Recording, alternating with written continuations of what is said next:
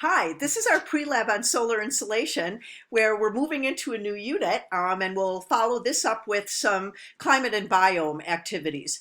This is one of my favorite labs in APES because it's really simple, it's really cheap, I can do it without a lot of fancy equipment, I get really good data, and it's really interesting for students to they didn't realize they didn't understand the concept of solar insolation, and it does a really great job at allowing them to analyze their data and apply that to understanding a broader concept in environmental science. Many of your students, like mine, come to my course without a lot of background in earth and space science, so this is a great lab to start getting some of those ideas across. I start with kind of an anchored phenomenon approach, and I show the students this image of our Earth, and I say, let's break down what this is showing. I can see that there's different colors, there's gradients of color or shading. And it appears as if the different colors represent the watts per meter squared, net radiation, the amount of energy. At this point in time, students don't really know if that's the amount of energy emitted from the sun or absorbed by the Earth's surface, but it's that net radiation, that amount of ultimate radiation that strikes the surface of the Earth in watts per meter squared. So for every square meter of Earth's surface I have, this correlates to the amount of radiant energy. And students intuitively say, well, the equator's hot and it gets colder as I go towards the poles. But if you ask a student, why is the equator warm?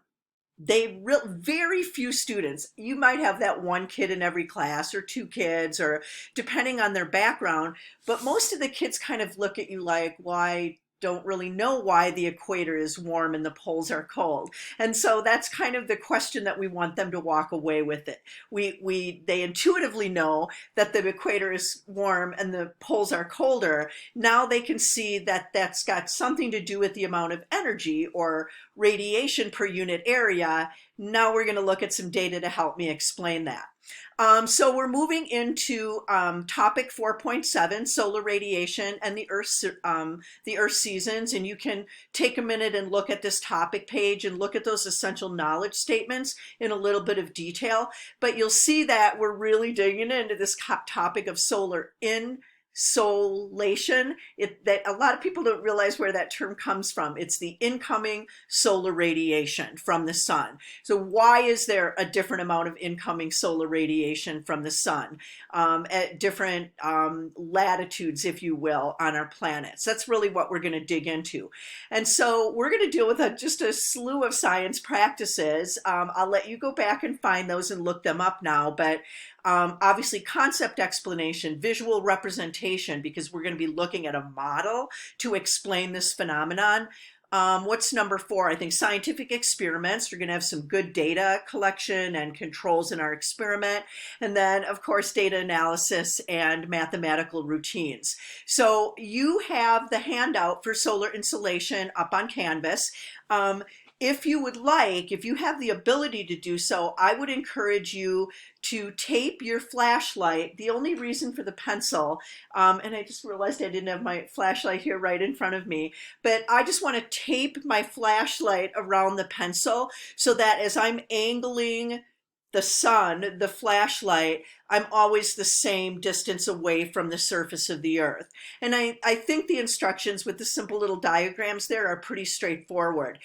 To get an idea of what you should do, I did include that one-page handout that showed those ellipses. And so if you weren't able to get, like, an LED flashlight can work, but you get really good results with just that cheap non-LED flashlight. So if you want to try to make your own ellipses, I would encourage you to do so, or I can demonstrate it while you're going through the data as well.